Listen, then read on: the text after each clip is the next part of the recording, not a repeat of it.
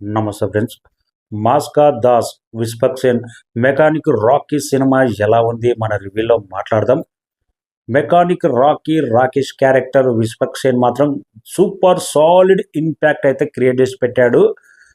తాతల కాలం నుంచి వాళ్ళకు మెకానిక్ షెడ్ ఉంటుంది, ఒక డ్రైవింగ్ స్కూల్ ఉంటుంది. ఆ మెకానిక్ షెడ్ను ఎలా కాపాడుకోవాల్సి వస్తుంది, కొన్ని పరిస్థితులు ఎదురైతే ఆ క్యారెక్టర్ మెకానిక్ రాకేష్ క్యారెక్టర్ ఎలా బిహేవ్ చేసింది అనేది ఫస్ట్ హాఫ్లో మాత్రం మనకు సినిమా చెప్పాలంటే చాలా బోరింగ్గా, ఏంద్ర నాయన ఇంత రాడ్ రంబోలా ఉంది cinema. First half director comedy try చేసిండు, కామెడీ వర్కౌట్ కాలేదు. వైవార్ష కామెడీ మాత్రం ఏ మాత్రం థ్రిల్లింగ్ అనిపించదు. కొన్ని సీన్స్ అయితే ముందే ఎక్స్పెక్ట్ చేస్తాం, ఓహో ఈ షాట్ ఇలా ఉండబోతున్నట్టు ఎక్స్పెక్ట్ చేస్తాం. ఫస్ట్ హాఫ్ మాత్రం చాలా బోరింగ్గా ఒక రాడ్ సినిమా చూస్తున్నట్టు, ఏం గూస్ బంప్స్ కానీ ఏ ఎలివేషన్స్ కానీ ఓ బంపర్ హిట్ సాంగ్ కానీ ఏది ఉండదు. సాదా సీదాగా ఫస్ట్ హాఫ్ జరిగిపోతుంది.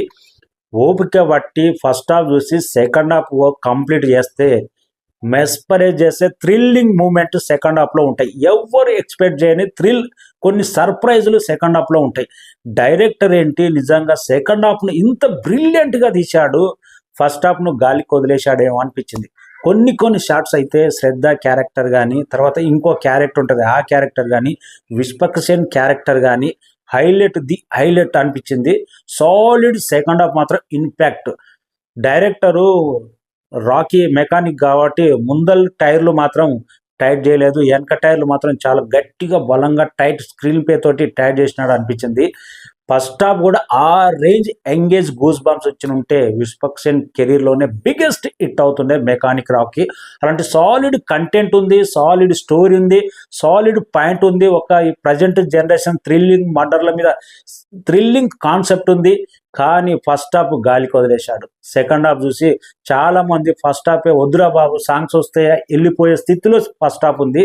సెకండ్ హాఫ్ ఓకే బట్టి చూడండి, థ్రిల్లింగ్ బెస్ట్ మూవీ చూసినామన్న ఫీలింగ్ కలుగుతుంది.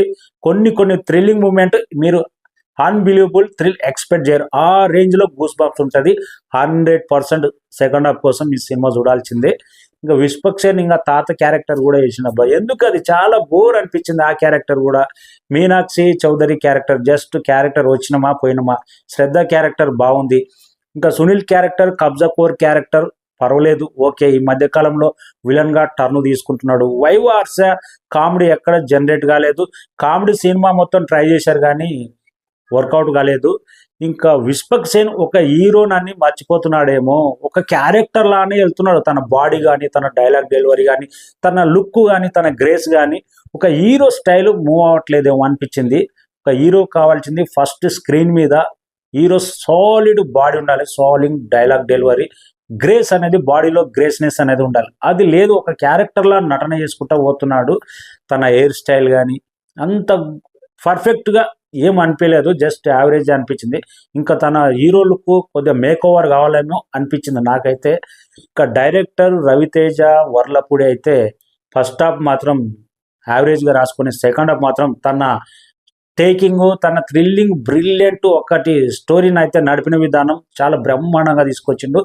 మ్యూజిక్ డైరెక్టర్ జైర బ్యాక్గ్రౌండ్ స్కోర్ యావరేజ్. పాటలు మాత్రం గొప్పగా ఏం లేవు, పాటలు వస్తుంటే చాలామంది బయటికి వెళ్ళిపోతున్నారు. Climax just okay. సినిమా చూడాలనుకున్న ప్రతి ఒక్కరూ విస్పక్సేన్ నటన కోసం, సెకండ్ హాఫ్లో వచ్చే థ్రిల్లింగ్ మూమెంట్ కోసం అంతవరకు అయితే చూడొచ్చు. ఓపిక బట్టి ఫస్ట్ హాఫ్ కంప్లీట్ చేసి సెకండ్ హాఫ్ చూడాలంటే మీకు 100% సినిమా నచ్చుతుంది.